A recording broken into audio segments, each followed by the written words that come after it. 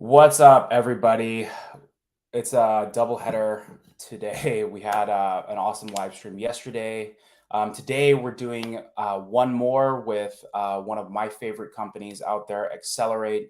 They're solving problems that I think we all deal with and are always top of mind, especially after you buy your Tesla. I personally have an extended warranty with Xcelerate. As we all know, that factory warranty goes for 4 years, 50,000 miles. And what do you do after that?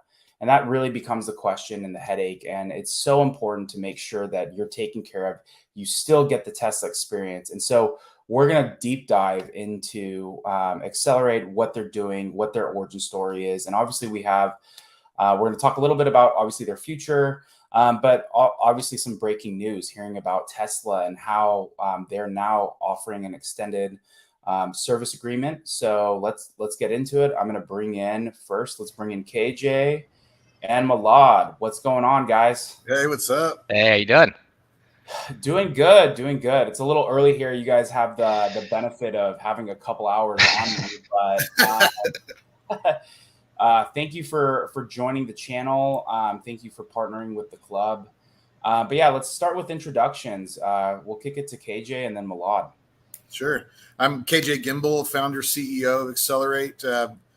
25 plus years in auto and over a decade in EV. We've been bootstrapped from day one, on the mission driven, and yeah, happy to be here. All right, Malad, kick it to you.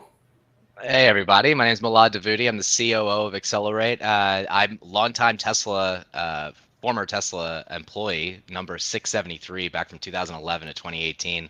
So I've been in the EV space now going on 12 years. I'm super excited to be here. Awesome. Well, thank you both for just coming. Obviously, both of you have tons of experience in the EV space, even a former Tesla employee. But let's just start and get into, why Xcelerate, what's the origin story, how did it get started, and just unpack that. Sure. Yeah. So 2012, got a call from a friend of mine. Said that I've got this car. It's an electric car that I'm trying to lease and want to. There are no options anywhere. Have no idea how to do that. Can you help? And I at that point been in leasing for a little over 10 years, and so we created the first lease ever for Tesla. It was a 36-month, 40% track residual, so an open-ended lease. And we did it. It was a doctor here in Dallas, and put that lease out, funded Tesla. Everything went like clockwork. Got a call from Tesla from a guy named Denton Holt. I believe is still with Tesla to this day. And Denton said, "Hey, we noticed that you were able to lease this car. Can you do more?" And so the natural answer was, "Let's go." And so, we saw the car first, got the technology, loved the car from day one. I'm from Northern California, grew up in a Silicon Valley environment, and knew immediately that this car was going to be game changer.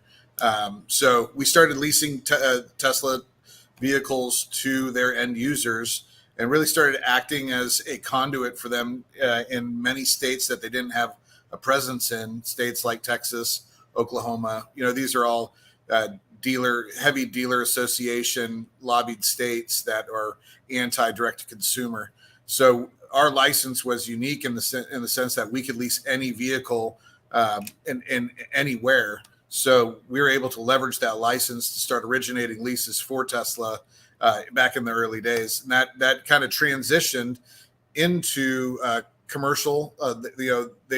Tesla didn't have a commercial finance team at the time, so we started doing a lot of their Fortune 500 companies, public sector, a lot of mom and pop physicians, single member LLCs, all these these kind of normal transactions that wouldn't fit down a normal finance bucket. So we started with that.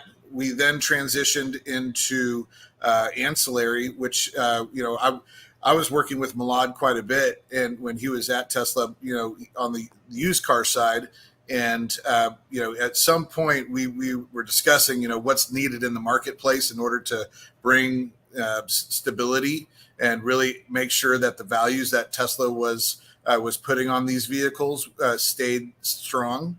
That's as we all know, you put out a car that has a weak resale value, and the brand tends to not survive.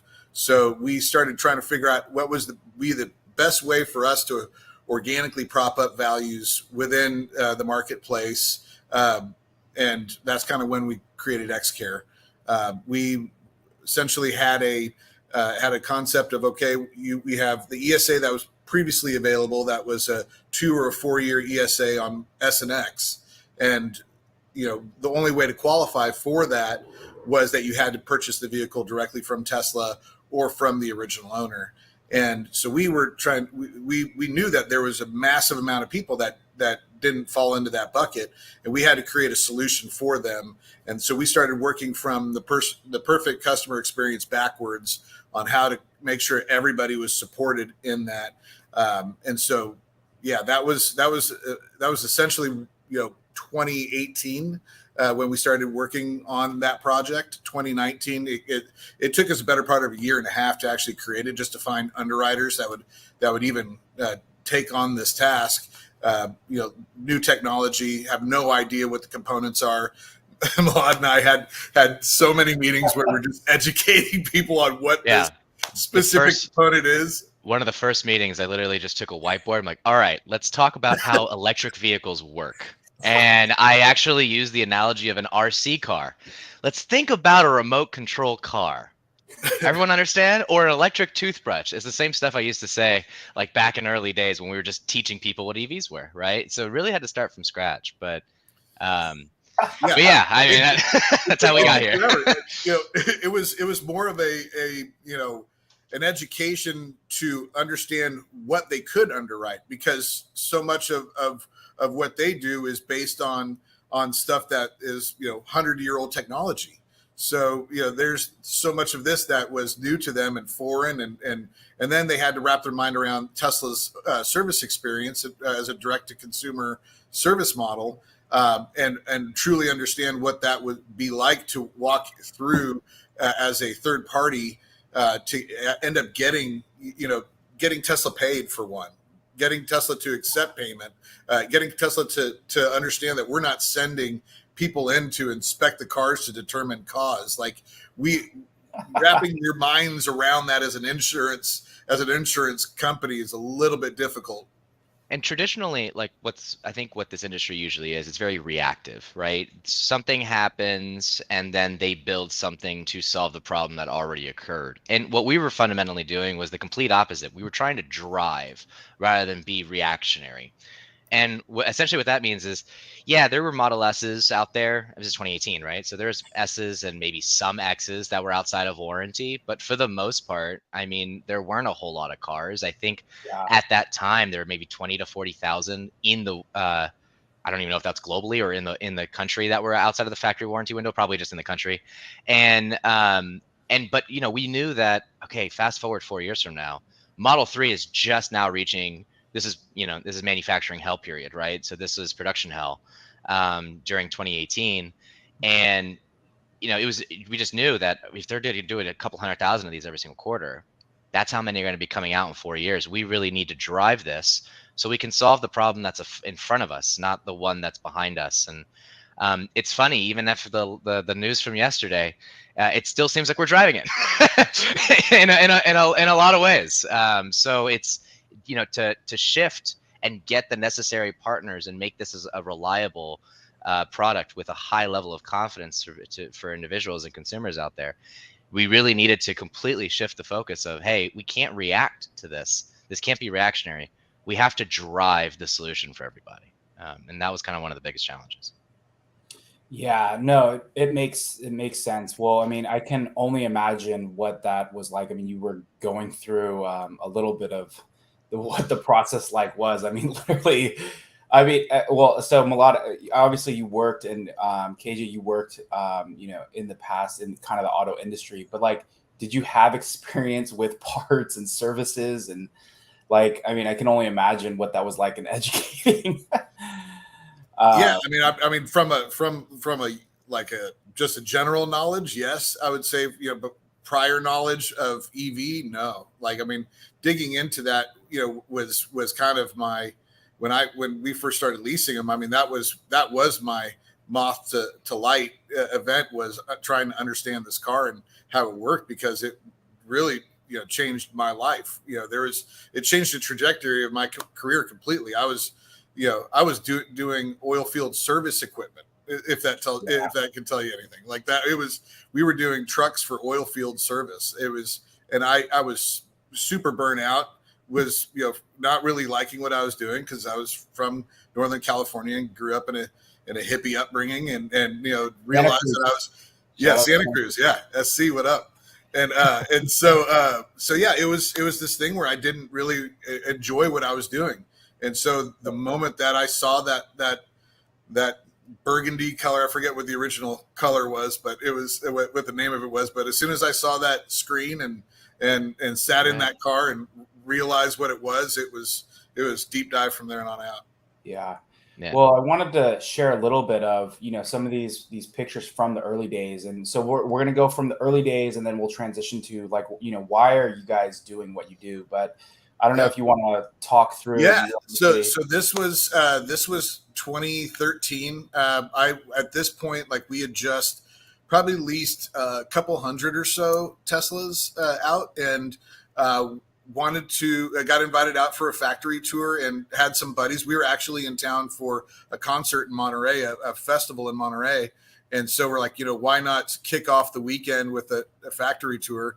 So back then you could test drive P85 pluses like on the service road in Fremont, and just wear them smooth out. And that's exactly what we did. I mean, I got a lot of I got a lot of people that jumped on Tesla just from that drive. These guys all are, the one next to me is a Cybertruck reservation holder times 10. There's just multiple Tesla owners that are coming out of this. But yeah, so we were test driving the Model S P85 Plus and all its glory, and then going through the factory, trying not to take pictures of everything. But, yeah, of course. Yeah. So yeah, that was that. And then in those days, I don't think Elon was quite sleeping on the ground quite yet. So no. And then here's obviously a picture of the Roadster. Yeah, well, this is old school. So so I helped open a third retail location overall. So we went Santana Row, California was the first retail front.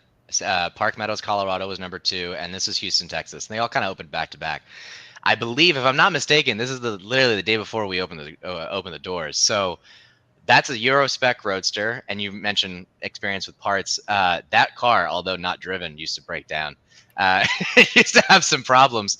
And we had a friend of mine, Larry, who's a service technician. I think he still might be. I'm not sure. I haven't caught up with him in a couple of years. But he used to come down from Chicago to service that car every single time. I'd be like, I'm going to stay with you. And then him and I, he would just teach me how to service the Roadster. And this was back in 2011.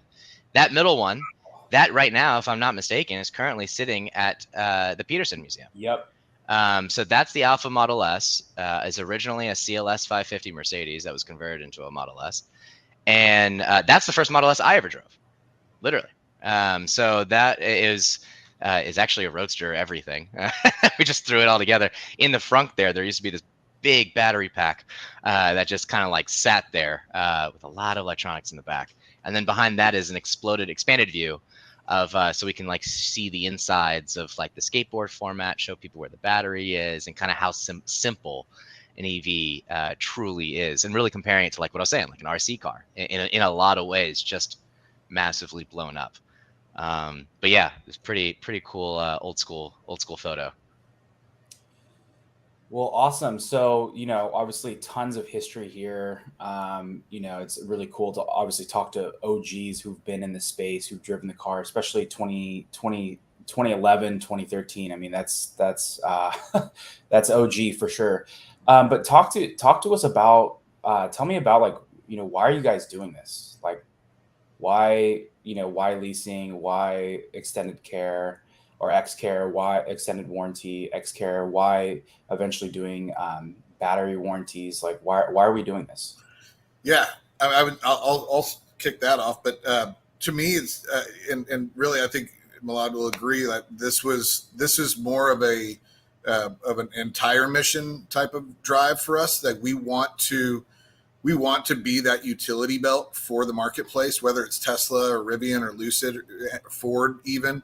There's so many that in order for this mission to survive and get to the place where we all want it to be, there takes a shitload of work on the outside of the market to and make sure that products and services support cars that can't be supported by the manufacturers or programs that are outside. I mean, with leasing, we started out just doing business leasing, then we went into consumer, and then we helped Tesla in states that they didn't have a presence in, like Michigan.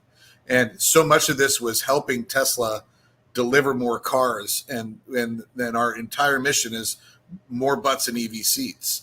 And so in order to do that, we have to sometimes fill the gaps where some of these OEMs either don't have the bandwidth or don't have the resources to go into these areas.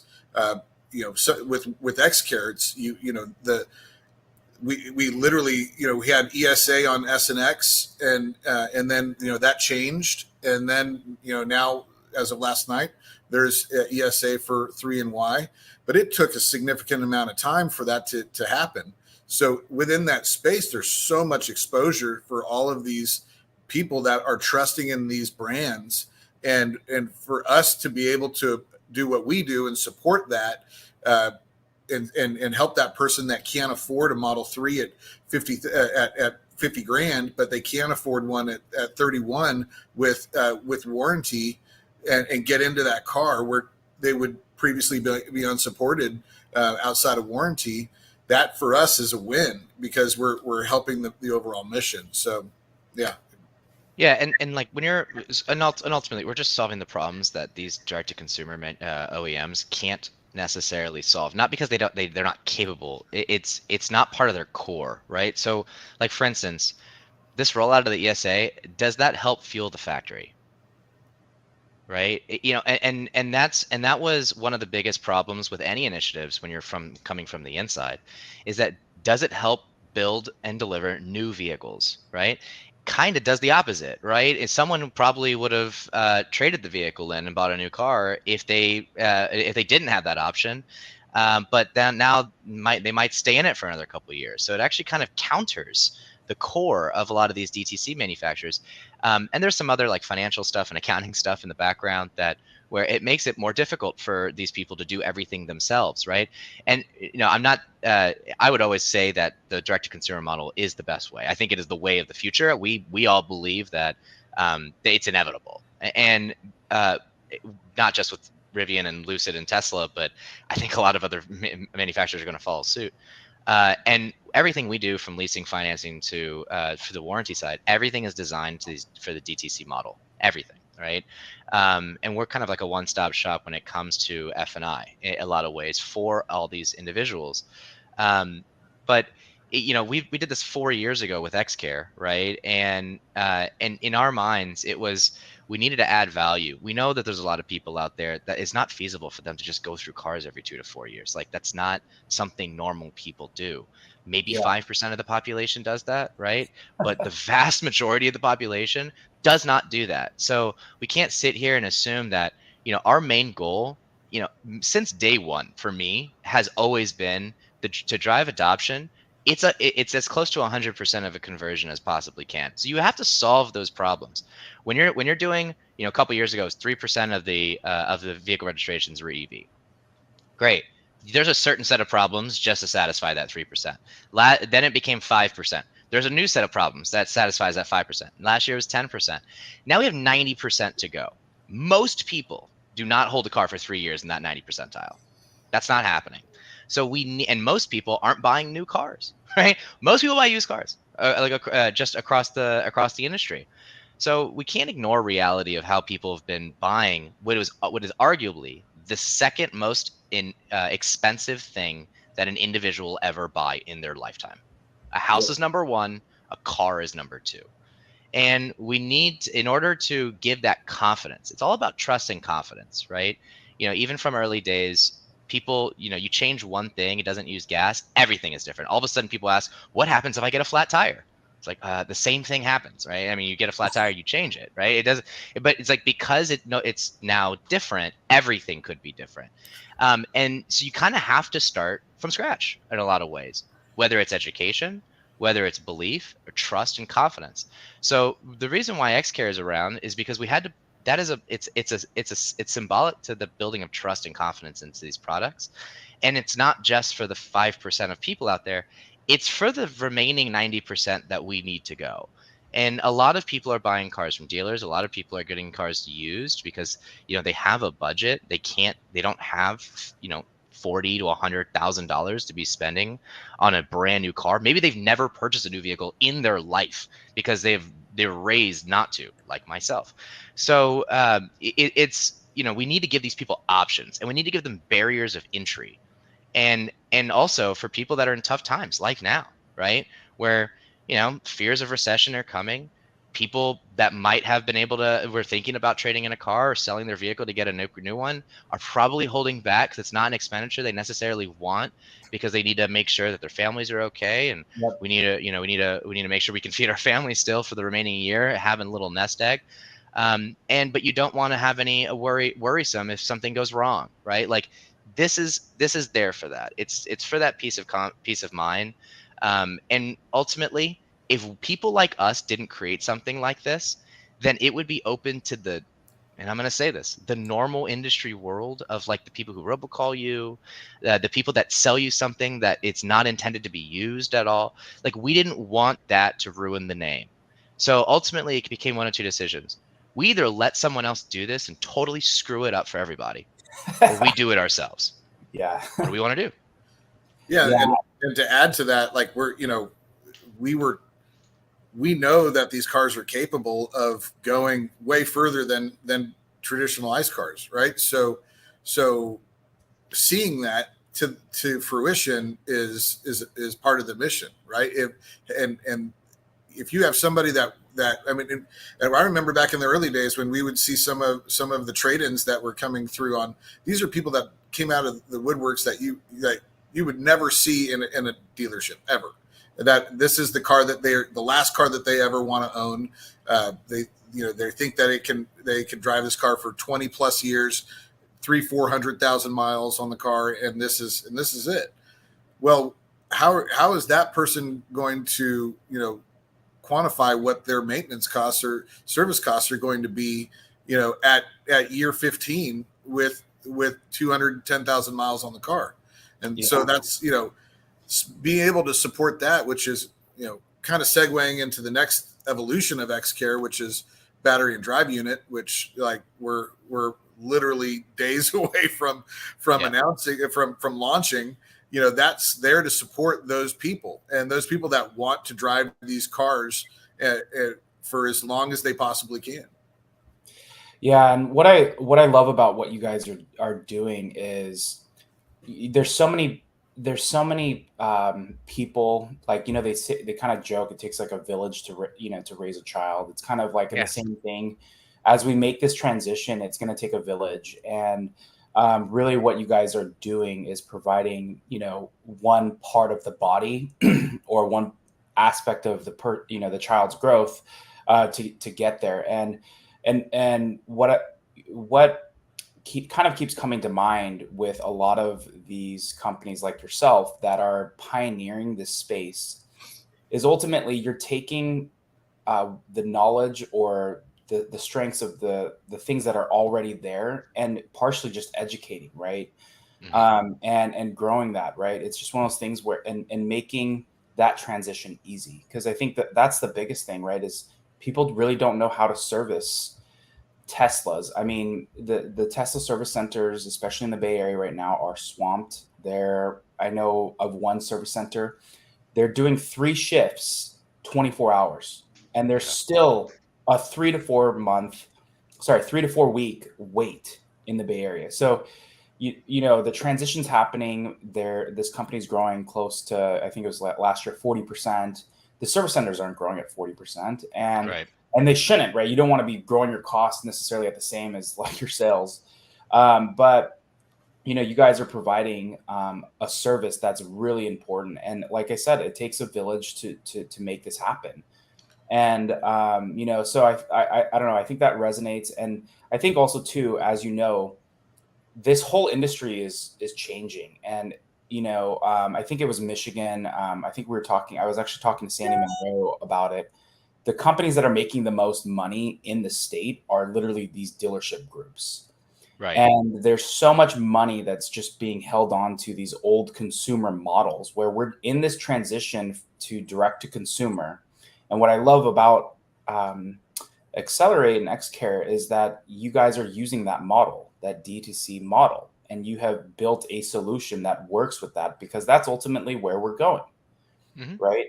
And but yeah, I would love to know, like, you know, how are things going now? Obviously, you know, we are now in the phase. We talked a little bit about the early days with the S and the X.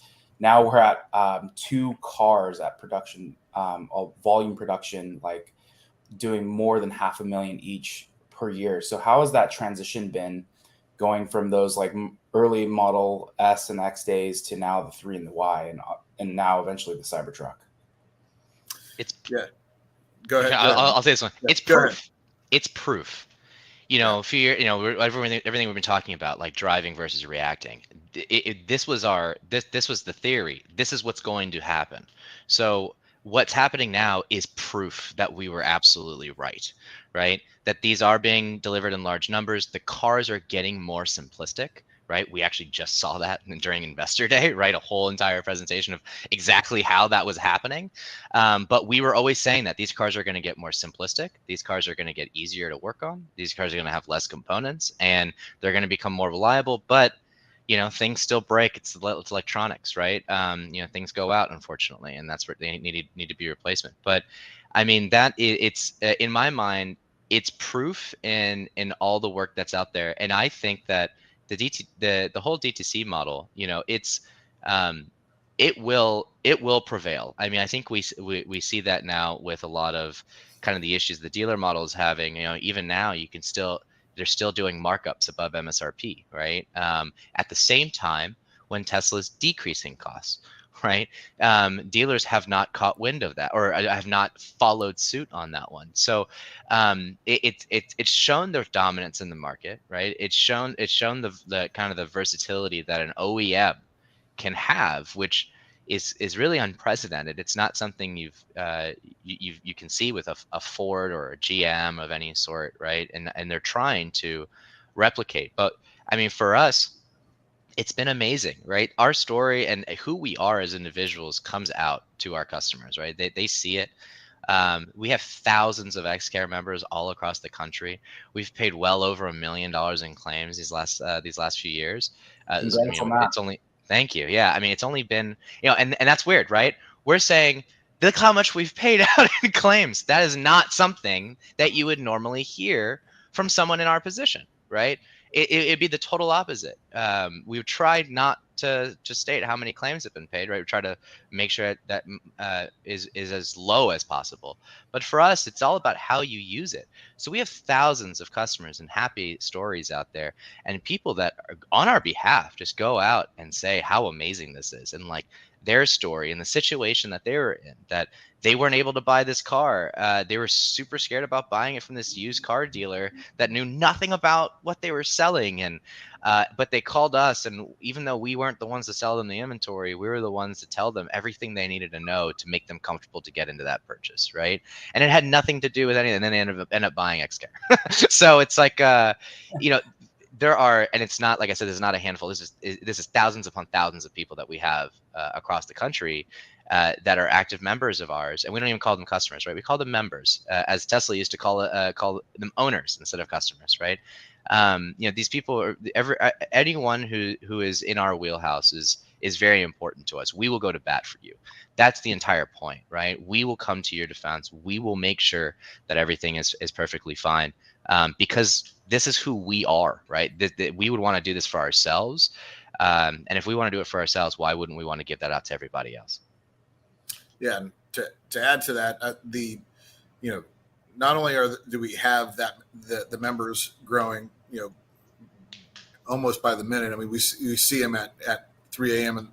at night, signing up. We also have hundreds of dealers that are kind of learning the way a little bit. Mm-hmm. This is that, if you can push a product out there and literally focus on the bottom line only, but the majority of that experience bounces back in your face a little bit. So lots of dealers are actually looking at Xcare as the model, for EVs to kind of help them get over this hump of selling EVs to begin with. I mean, so many used car dealers out there, even franchise used car dealers, they're just not educated on the floor. Or in the box, in the F&I box. So much of what we do is providing them with that education to understand, what are these pressure points that consumers are feeling, and how to essentially, not sell a product. I mean, I remember when Elon was selling, or was saying to the showroom, don't sell this car. This is a museum that you can buy. And this is and that's the way that they wanted to treat the showrooms was, this is, feature benefit, product knowledge, and then if that resonates, then they want to purchase, then you just lead them to how they do that. And that's essentially what you want, right? You don't want to necessarily have a traditional model that just brings fear into people's eyes. And, you want to be able to have them grasp the concept of a fraction of total cost of potentially what could go wrong, along with the ability to sell the vehicle and take a prorated refund or transfer that car to the next user for more than what you normally sell the car for. All these things that kind of come into play when you start thinking about extended warranties. They remove that stigma from the traditional warranty side, and you start becoming a logical play. And to get dealers to wrap their minds around that is somewhat taxing as well. But it's also we're in finance institutions as well. We created Xcare to not just be a direct to consumer model, but to also have it at point of sale, point of contracts with banks. With dealers, we created to be 100% brand agnostic. So OEMs that are just starting, that don't have Elon pockets, can actually put out a product that backstops their technology. It's created as a private label product, so we can literally plug in OEMs, lenders, dealers, and have the DTC model also for customers that just hit our site. Yeah, and one thing I thought would be important. Let's just talk a little bit. We're mentioning Xcare a lot. What is Xcare? And let's just unpack that. And then I would love to know. We can go into future products, but for some of the audience that may not know exactly what Xcare is, let's talk a little bit about what is Xcelerate offering in general, and potentially where it's headed.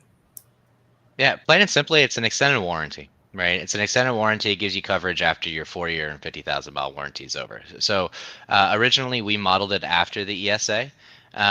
So it has a $100 deductible. You service your car through Tesla just like you would normally. The only difference is someone else is paying for the bill. That's really crucial. Things that we normally see that we cover all the time. I mean, there's 20,000 components in Model 3 and Y. So it's I'm not going to sit here and recite tens of thousands of parts for it to you, but I like the big ticket items, right? If you're a Model S owner, door handles, door handles, number number 1 through 5. So but like things like MCU, your autopilot computer, if your car stops charging, your onboard charger issues, right? HVAC is something we see pretty frequently. And what we're seeing is every service visit's around $1,200 on average. So it is, although it is not the frequency of visits are much lower than that of like a gasoline car, the cost when you do have it is significantly higher. So there's definitely a trade-off. But big things that are not covered as of right now that will be very soon. Battery drive unit. When we launched this 4 years ago, most people were still in that 8-year window, so it wasn't the big the necessary item to solve at that point of time. But here in the next coming days, we're going to be launching out battery and drive unit, right? And that for Tesla owners, specifically for Tesla owners, we'll have something special for them where they can only cover their battery and drive unit, right? So if they don't really care about the rest of the car and they want to save some money and just care about the big components, they can get the battery and drive unit option, right? So we're coming out with this here in a little bit, but and we've been working on that for the past year. Sorry, you asked not to talk about future. My apologies. And one thing that makes Xcare so special is we really redesigned the claims process, right? We touched about this a little bit earlier in the call, but the claims process was really designed to work around Tesla service, right? We have an intimate understanding of how it all works and how it changes and evolves. So things like having an online claims form to start your claim process, very, very simple. So you don't have to remember to call, right? We don't have those like gotcha scenarios. So just go online, you fill it out. And then we have a team that's literally dedicated to you. They only work on Xcare claims. They're not like some major call center where someone's pick up the phone that's just talking about all different types of cars, working with all different service centers.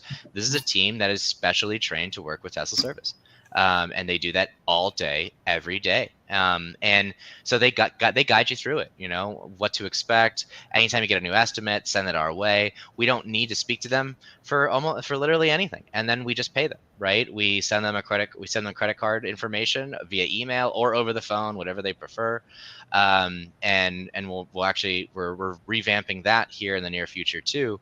To kind of make it easier for the consumer, which is just giving them an actual debit card where we just load that up and you can just use that, right? And have it integrated in the application itself. So, we're continuously trying to innovate and enhance this, but plain and simply, and it's extended warranty that's after your 4-year 50.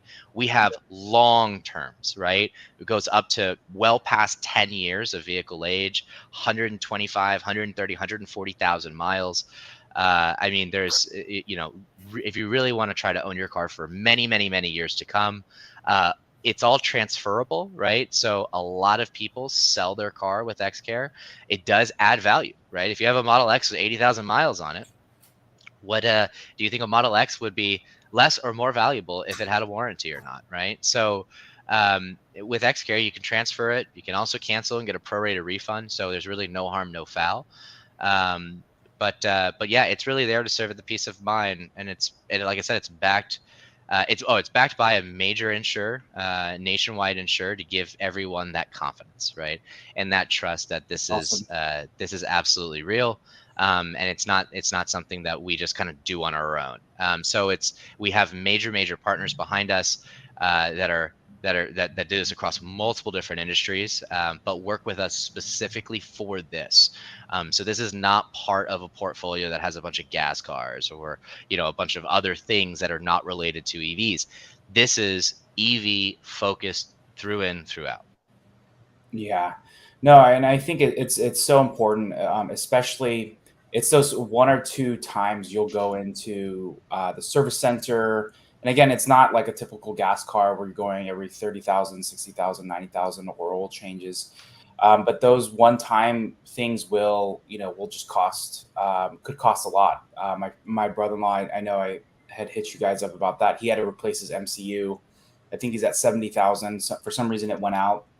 It was a $2,000 job. Yeah. And what I love about Xcelerate is that you can come on board at any point and buy however many years and miles, right? I tend to drive a lot of miles, so I bought 5 years, 100,000. just to get to 150,000 miles on my Model X. But it's just that peace of mind of knowing that, you know, if a Falcon Wing door goes up, or my half shafts, or you know, anything else just goes out, that I'm not going to be out, you know, especially if a door goes out, right? That's probably Yeah. $4,000, if not more. And so, Or a seat. yeah, Or a seat. A seat. Seats are crazy expensive. On Model X, if they go out, the Tesla, I mean, in true Tesla fashion, they don't just fix one little part of the motorized seat; they replace the entire seat. Yeah. So $3,000. if your seat motor $3,000. stops working, that's a $3,000 bill. And like, Yeah. you know, wow. people should be warned about that one, because that's like, oh, it's a simple fix. Yeah. No, it's $3,000. So Yeah. it's like, yeah, that's a big one. And we see Or you just frequently. live with your seat not working. Yeah. in a $100,000 car. That's Right. But yeah, no, you know, there's all those things that just are, it's so important to have that peace of mind. And what I love about it is, it doesn't matter, even if you're a year or 2 years outside of that warranty timeframe, you can come on board. And I love some of the reassurances, like, you know, transferring ownership, potentially even giving back part of the time. Maybe you don't need it anymore. But I think that's super important. Let's just talk about where you're headed. I mean, I think you mentioned it a little bit, but that's the next step, right? Is batteries. So let's just talk about, you know, what are you guys going to be offering in the next couple days, if not week? Yeah. So we've this is another thing that's just taking multiple years to develop. It's, you know, we're talking about doubling Tesla's warranty for, you know, 8-year 125. We're going to be able to go out to 16,250 on a battery and drive unit. Insane. It's ridiculous, right? So if you're talking about just somebody that's looking to drive, that drives heavy, that wears out their vehicles, that has all of that exposure, where they're, you know, concerned about a $16,000 to $20,000 battery, or a $6,000 drive unit, or multiple drive units, you know, that's really what we start in our heads, start doing the math on. And, you know, for us, when we launch this product, it's going to be, you know, around 10% of what that cost would be. So as you know, mentally, you can wrap your mind around that fairly easily and say, I can purchase this product and have it and drive this car essentially till I need brakes, which, you know, if not longer, and have battery and you know, main battery pack and drive units supported. Yeah, I mean that's really, for us, it's like an evolutionary side of this, right? Because, you know, originally it was the 4-year 50. That's what most people were in. We always knew we wanted to do the battery pack. It was the question of, you know, how reliable are they? You know, this is one where we're trying to drive. Going back to my original analogy, we're trying to drive this instead of being reactionary as much as possible, right? I mean, if you even look at, like, compared to Tesla, it took them 4 years to get to this point where they offered it for 3 or Y when we did this 4 years ago. We're going to do this right now, right, for battery and drive unit. You know, ultimately, how we're thinking about this is, you know, and by the way, we also don't want to sell based on fear here. That's not what we do. We are all owners. You know, we are in this for all of our chips are in this basket. So, like, this is not, by this I mean the EV world, Tesla world specifically. So we don't want to sell based on fear. We don't want anyone to hear this and think that these cars break down all the time, or there's some, you know, they're not good products. That is not the case, right? You know, we don't even think, we're not going to sit here and say that, you know, most people will even be in a situation where they have to change their battery pack. That's not a common occurrence. However, if it happens, it happens, and there's really not much you can do to prevent it. And that is the biggest aspect here, right? Is the biggest level of unknown, is there's not much you can do to prevent it. I'm sure your brother-in-law literally probably did nothing wrong, but that MCU still went out. It just happens. It doesn't happen to everybody. It doesn't even happen to most, but it happens often enough you hear about it. Yeah. Yeah, I mean, I'll just share about a recent experience that you guys know about too, right? And thankfully, I was under warranty, and I mean, I can't imagine if I was out of warranty and you guys were like weeks away from offering something like that. But I was driving, and my car bricked, and I thought it was coolant related, and it obviously was something else. But Thank God it was under warranty. I was under the 8-year 120. I'm at about 68,000, and it sounds like a packet within the actual full battery went out. And okay, so at this point, my X is maybe worth like 70,000, depending on the market, maybe 60, something like that. But now I have to buy a $20,000 battery pack, Right. which is having an extended warranty. That's a huge financial cost. At that point, it's almost like you're getting close to totaling it at that Yeah. point. Yeah, and multiple and really Tesla's like the seats, right, that we were talking about. Tesla's fix is just replacing the battery pack, right? They're not going to open it up and go through individual cells for numerous reasons, but that's their fix: replace the battery pack, which is, I mean, as you can imagine, and you blow a motor on a diesel truck, it's about that same cost, right? And people aren't prepared for that. Yeah, and that's when we're trying to we're trying to make sure, once again, driving this, we're trying to bring this product out to prevent that situation from ever occurring. Because what do you do in that situation, right? Now, are you talking about selling your car for what value, right? And then having to lug this thing around, tow it around to try to market and sell it, and who's going to be buying that?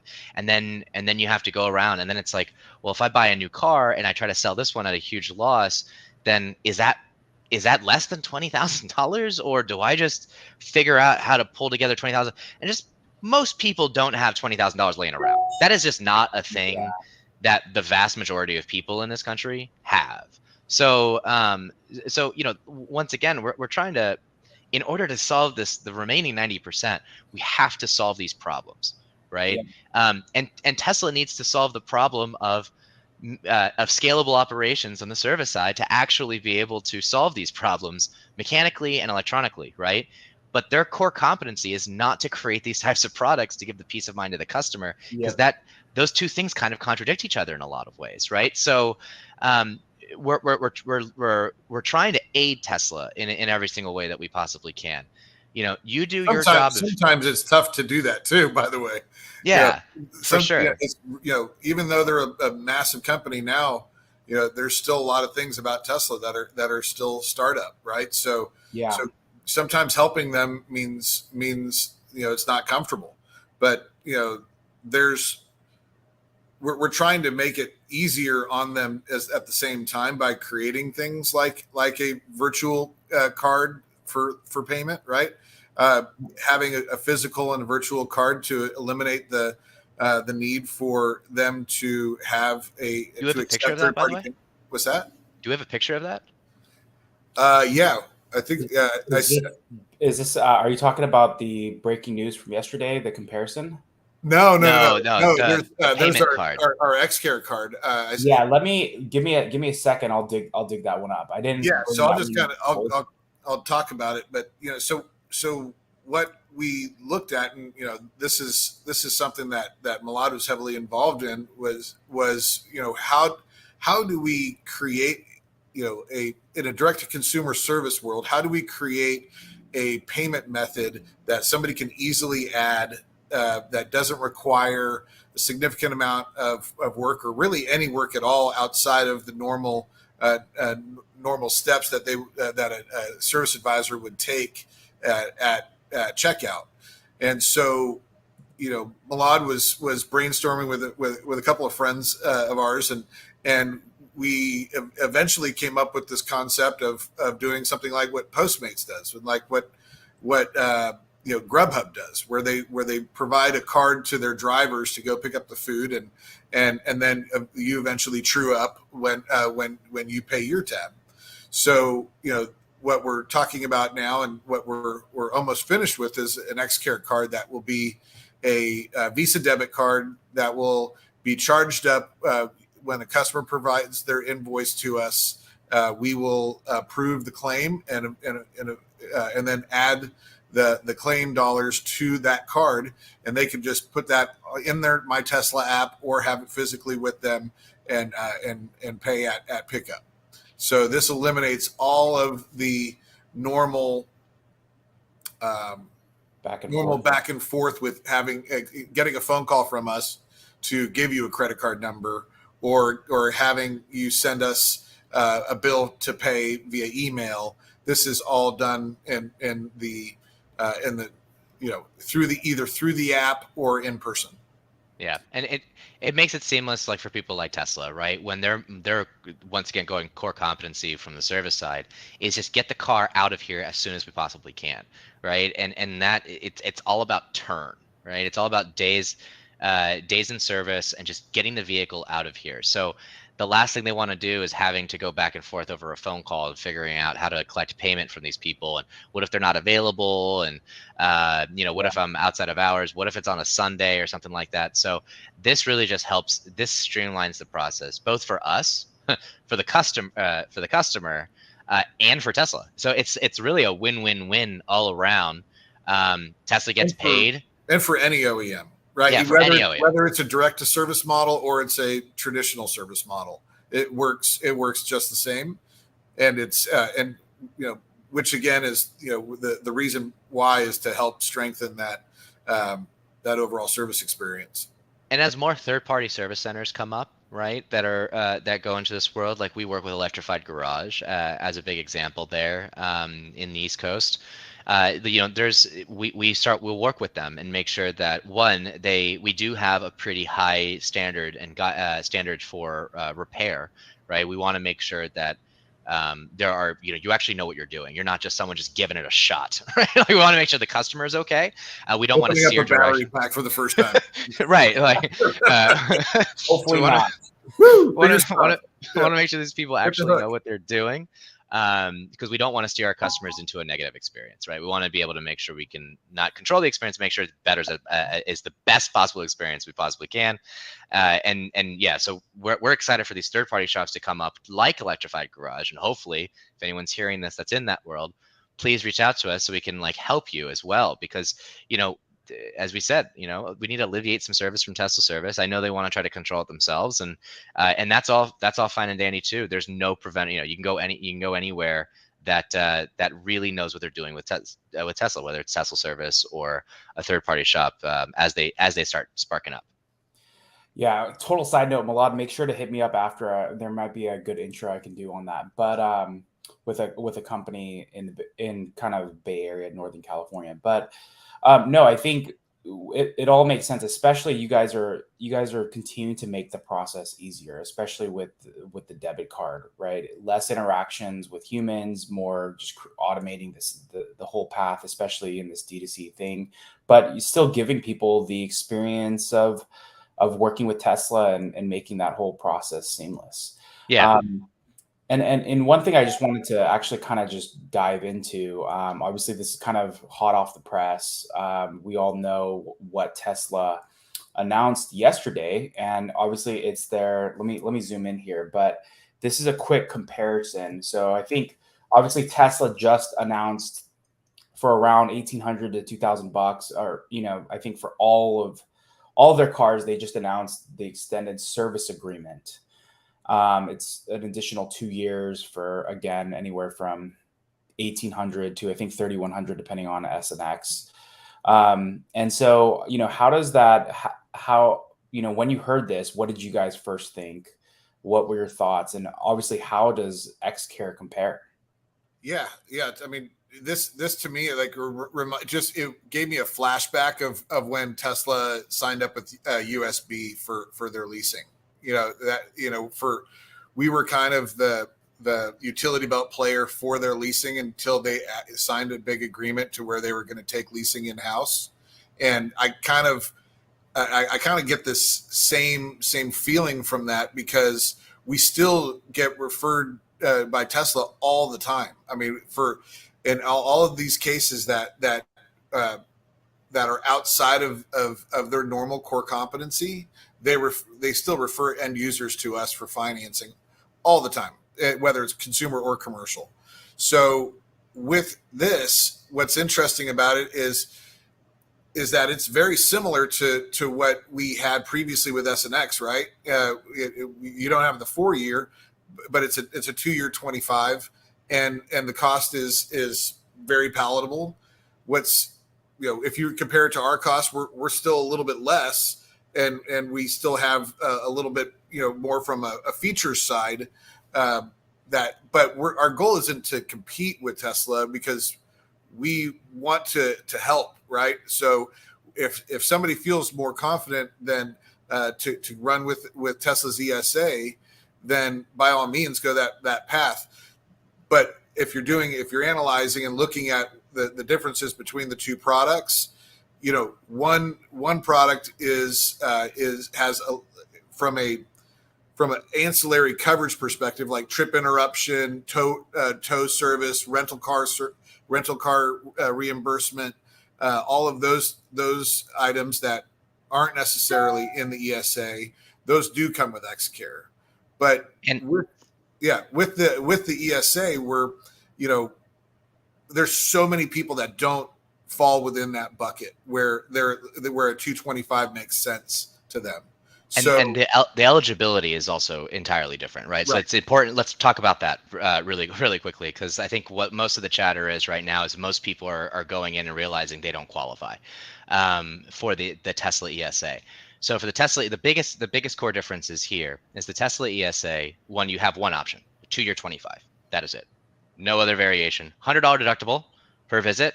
And it's not a direct mirror of the factory warranty. So read the terms and conditions. It mirrors ours. It's the ESA and ours are the same coverage. There's not going to be much different there. So that's positive as well. I think that gives us a little bit more validity because Tesla is literally the same exact verbiage and the same exact coverage. So it doesn't include battery and drive unit as it sits, but you're only doing a 2-year 25 from the original 4-year 50. So you're still within your battery warranty anyway. But eligibility. You can only buy the Tesla ESA if you purchase that vehicle new from them, and you can only buy it while you're still within factory warranty.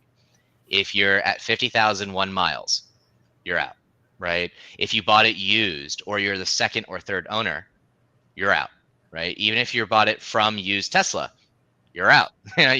So there's a lot of people that still don't fall within that guideline or that eligibility parameter. We don't have any of that. When we created Xcare, the ESA also existed just for S and X. Remember, Model 3 was barely even in most people's hands at that time too. So the reason why we created it is because there's so many people so many S and X owners could not buy the ESA, right? So our goal was, let's give an option out there. Really, nothing has changed. We are still the option for most people out there, since the vast majority of these individuals, there are more used cars in circulation than there are new vehicles coming out of the factory. And that will always be true, even with these lofty goals of Tesla, right? There will still always be more used vehicles than there are new. So the vast majority of people out there are not eligible to purchase the ESA from Tesla. And that's why we have what we do. And thankfully, we're still cheaper. And that's wonderful, right? So it's there's literally no penalty. Not only do you get a little bit more options with your coverage, you're eligible to buy it whether you're still within factory warranty or even with outside. It's still cheaper, especially for S and X. It's like significantly cheaper for S and X, and for 3 and Y as well. So no coverage differences. Doesn't change how you get your car serviced at all. Really, none of that. Not much is really different. So for me, my reaction was validation. I think we were right. I think we were right in what we did. It's pretty clear 4 years later, Tesla has mirrored what we just did. And that's awesome, right? I think the more options, the more people start seeing this, and it's not just something third-party people do. Now Tesla does it, right? I think that level of recognition will empower us even further, right? And also, competition is always key, right? So competition drives everything better for the consumer. So for everyone out there, this only helps everybody. And now when we release battery and drive unit, I mean, those will be now completely separate products, because once again, we're not just offering a 2-year 25 here. You can go 10, 12 years past your factory warranty window and still have coverage. So just the amount of options of many, many, many years is something Tesla still doesn't offer. And if Tesla really wanted to get aggressive on this, they could always come and acquire us, and we'll handle it for them. Yeah, or just start selling Xcare. Just sell Xcare. White label it as the ESA. Sell Xcare. Yeah. You don't even have to worry about your own accounting problems. You don't have to store all this money yourself. We can do that for you. It's no big deal. Right. Yeah.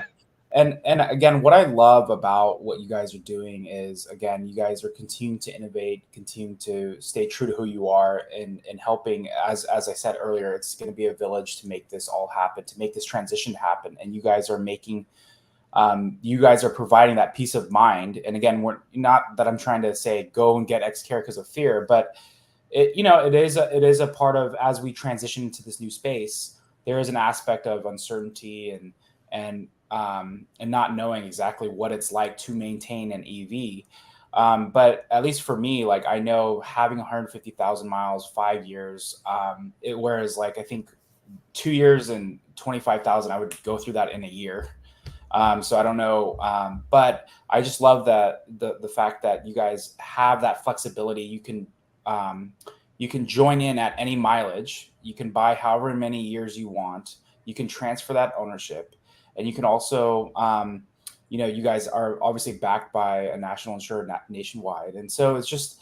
I just love all of the options and security that come with Xcelerate and Xcare, really, and where you guys are headed, right? The next big thing is going to be battery and drivetrain, right? Yeah. Most of these cars are starting, especially the three. What are we? 5 years now, maybe 6 years if you got a 2017. They're starting to get. I know a couple of Model 3s of people I know that are at 150,000 in their Model 3, and they're way past the warranty, and so this option is going to be a huge deal. So my biggest fear is someone who buys a used Tesla at 60,000 miles and immediately their AC goes out, and then they just regret their entire, and that was their first EV, and they regret the decision they made. That's our biggest fear, and that's what we're trying to solve. We don't want that to happen. Yeah. As owners of Teslas too, right? I mean, we want our own values to stay high. Like, so it's I mean, there's we are multiple Tesla owners. We've had virtually every single Tesla with the exception of Roadster. So it's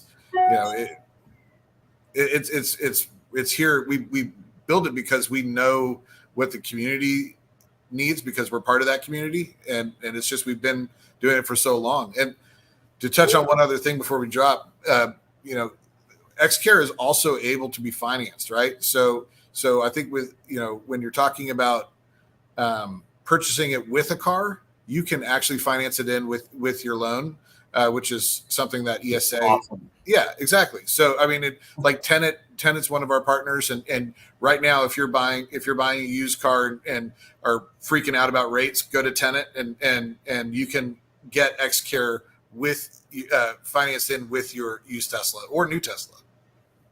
Yeah, no, and I wanted to do a quick plug here. Here, let's just bring this up.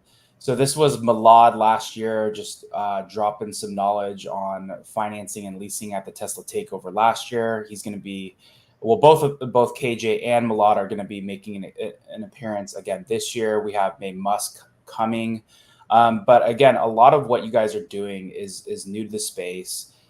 It's much needed. Providing battery and powertrain warranties, and even doing what you're doing with all of the flexibility that you have is a huge part of just helping this transition to a sustainable future. We need people that are doing what OEMs and really the industry isn't doing. Again, I was actually talking with Tenet yesterday, and they're trying to disrupt the whole banking industry. It's not like they didn't go to the banking into the banking industry to be like, oh, what is everyone else doing? Okay, let's do that. Right. And similar with you guys came in and you're like, this is a completely new space, and you're even to the point you're training the reps because it's such a new space. And so so thank you guys for all that you do. Thank you for partnering with the club. As this battery and powertrain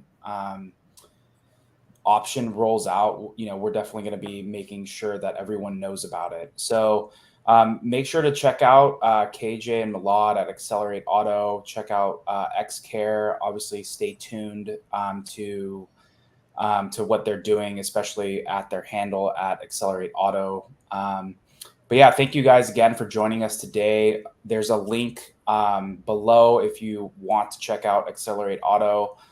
Again, I'm a personal customer, so I have experience. So feel free to reach out if you have any questions on my personal experience and how that's been. But you can also meet the team literally in July 29th through the 30th at the Tesla Takeover. May Musk again is going to be there. But thank you again for all that you do, and looking forward to hearing more about the battery and powertrain option. Awesome. Thanks, Awesome. John. Thanks, John. Thanks for having us. All right, thank you guys.